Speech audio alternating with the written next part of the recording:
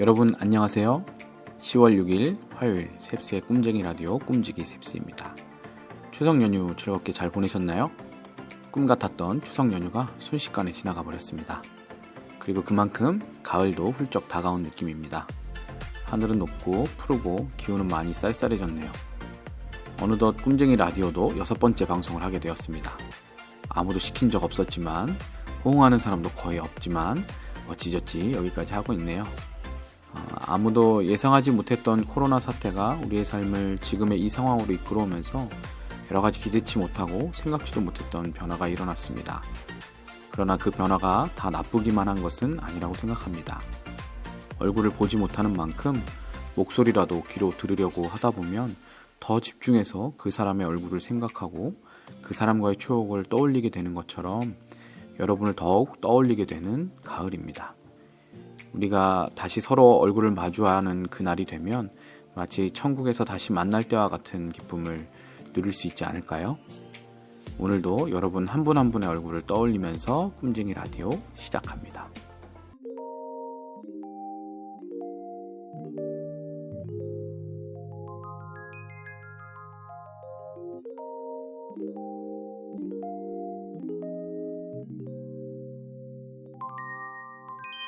오늘의 메시지 시간입니다. 오늘의 큐티인 본문 에스겔 20장 1절에서 9절까지 말씀을 메시지 성경 번역으로 읽어드리겠습니다. 일곱째 해 다섯째 달 10일에 이스라엘의 지도자 몇 사람이 나를 찾아와 하나님의 인도를 구했다. 그들이 내 앞에 앉았다. 그때 하나님의 메시지가 내게 임했다. 사람의 아들아, 이스라엘 지도자들과 이야기하고 그들에게 전하여라. 주 하나님께서 말씀하신다. 너희가 내게 물으려고 왔느냐? 살아있는 나 하나님을 두고 맹세하는데 나는 너희가 묻는 것을 허락하지 않겠다. 주 하나님의 포고다. 사람의 아들아, 오히려 내가 그들에게 책임을 물어야 하지 않겠느냐? 그들의 조상이 저지른 모든 역겨운 짓을 그들의 코앞에 들이대라. 그들에게 주 하나님께서 이렇게 말씀하신다고 전하여라. 내가 이스라엘을 택한 날에 나는 이집트 땅에서 그들에게 나 자신을 계시했다. 그때 나는 손을 들어 엄숙히 맹세하며 야곱 백성에게 말했다. 나는 하나님, 곧 너의 하나님이다. 나의 손을 들어 엄숙히 맹세한 그날에 나는 그들을 이집트 땅에서 이끌어내어 내가 그들을 위해 택한 젖과 꿀이 흐르는 땅, 참으로 보석 같은 땅으로 데려가 주겠다고 약속했다. 그때 나는 그들에게 말했다. 지금까지 너희가 탐닉하던 혐오스러운 것들을 모두 없애라. 이집트 우상들로 너희를 더럽히지 마라. 오직 나만이 하나님, 곧 너희의 하나님이다. 그러나 그들은 내게 반역했고 도무지 내 말을 들으려 하지 않았다. 그 누구도 혐오스러운 것들을 없애지 않았다. 모두가 제 목숨이나 되는 듯 이집트 우상들을 애지중지했다. 당장에 이집트에서 나의 진노를 그들에게 쏟아부을까 생각했지만 나는 마음을 고쳐먹었다. 나는 내 감정이 아니라 내가 누구인지에 입각해서 행동했다. 이는 내가 그들을 둘러싼 민족들에게서 모독이 아니라 공경을 얻고자 함이었다. 그 민족들은 내가 이집트에서 내 백성을 이끌어내겠다고 약속하면서 나 자신을 그들에게 계시하는 것을 보았기 때문이다. 지난 방송에서 광고한 대로 함께 큐티인 본문 읽어주기에 참여하고 싶은 분들을 찾습니다. 여러분의 멋지고 아름다운 목소리로 꼭 참여해주세요.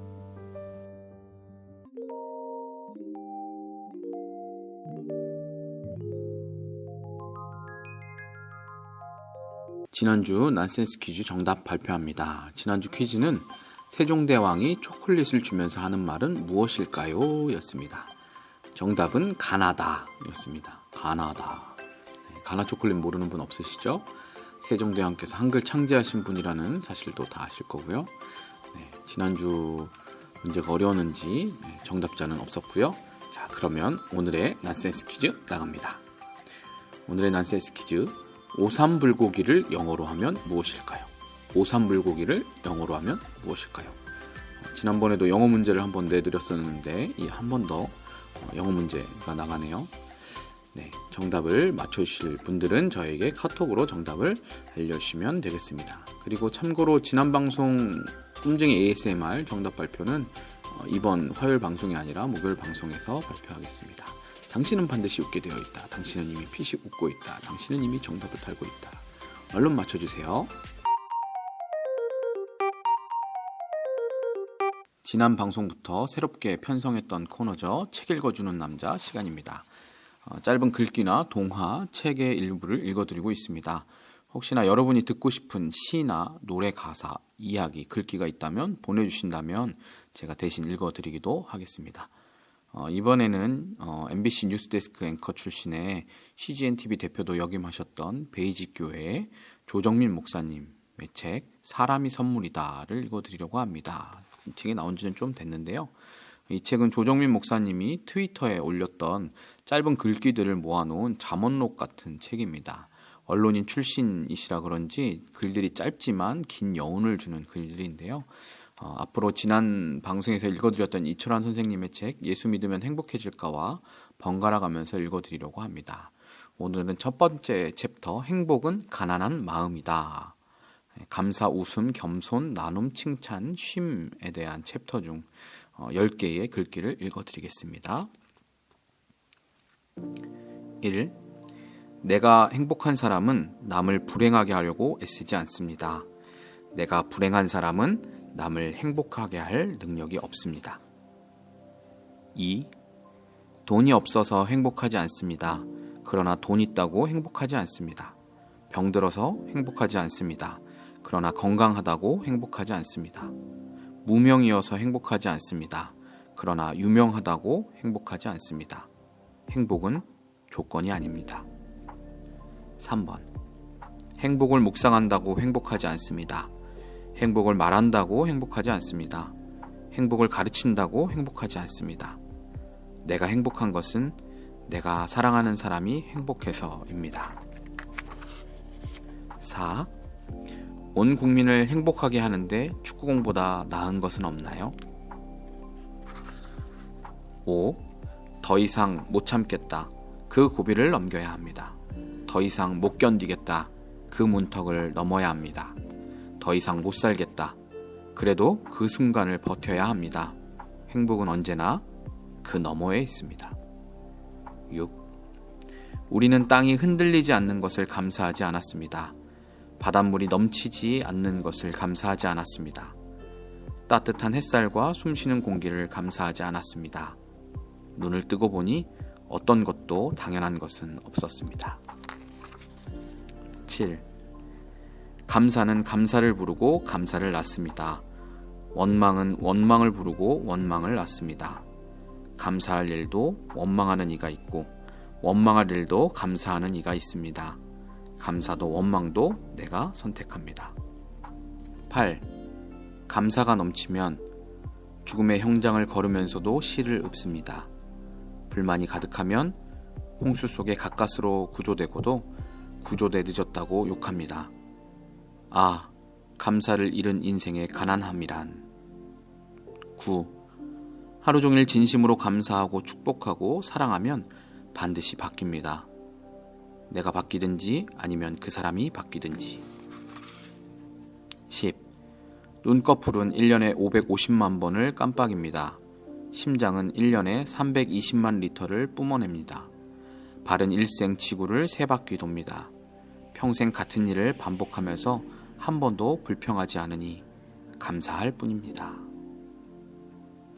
여러분이 가장 기억에 남았던 글귀는 몇 번인가요? 유튜브 댓글로 몇 번이 가장 기억에 남았는지 적어주세요.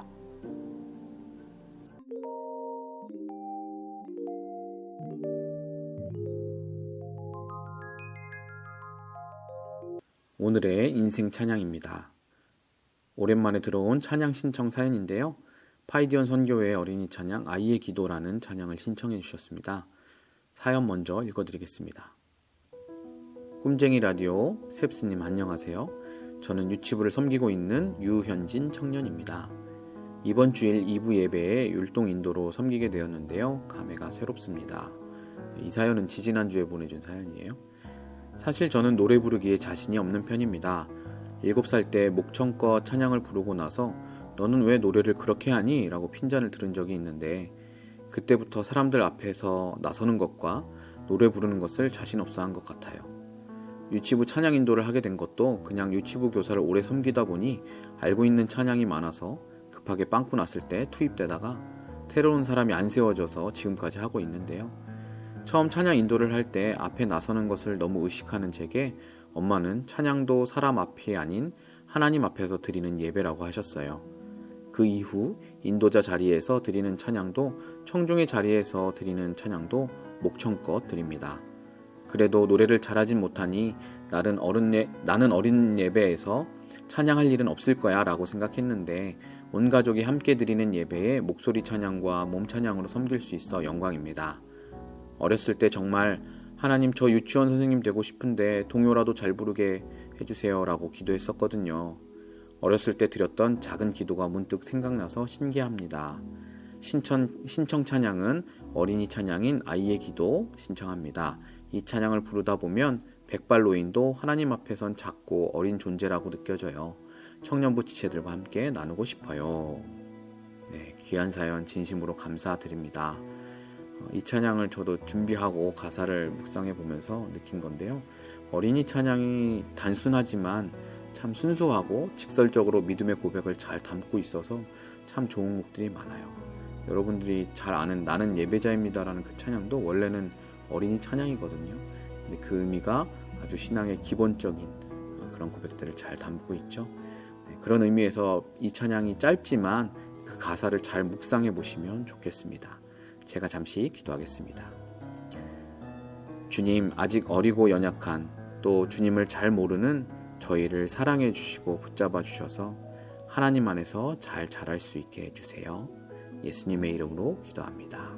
아멘. 그러면 아이의 기도 듣고 와서 마무리하겠습니다.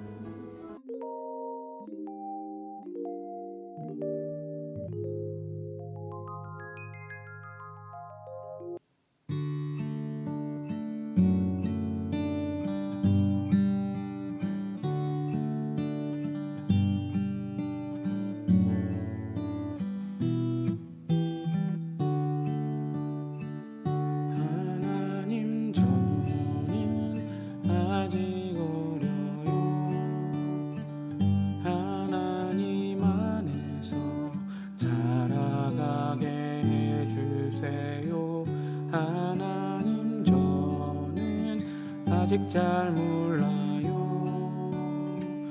하나님 마음도 알게 해주세요. 하나님 저는 아직 어려요. 하나님 안에서 자라가게 해주세요.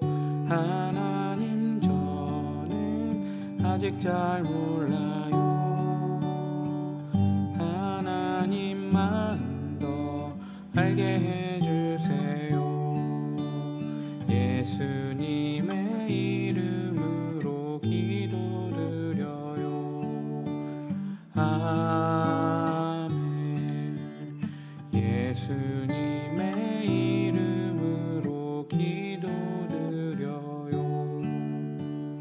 아멘.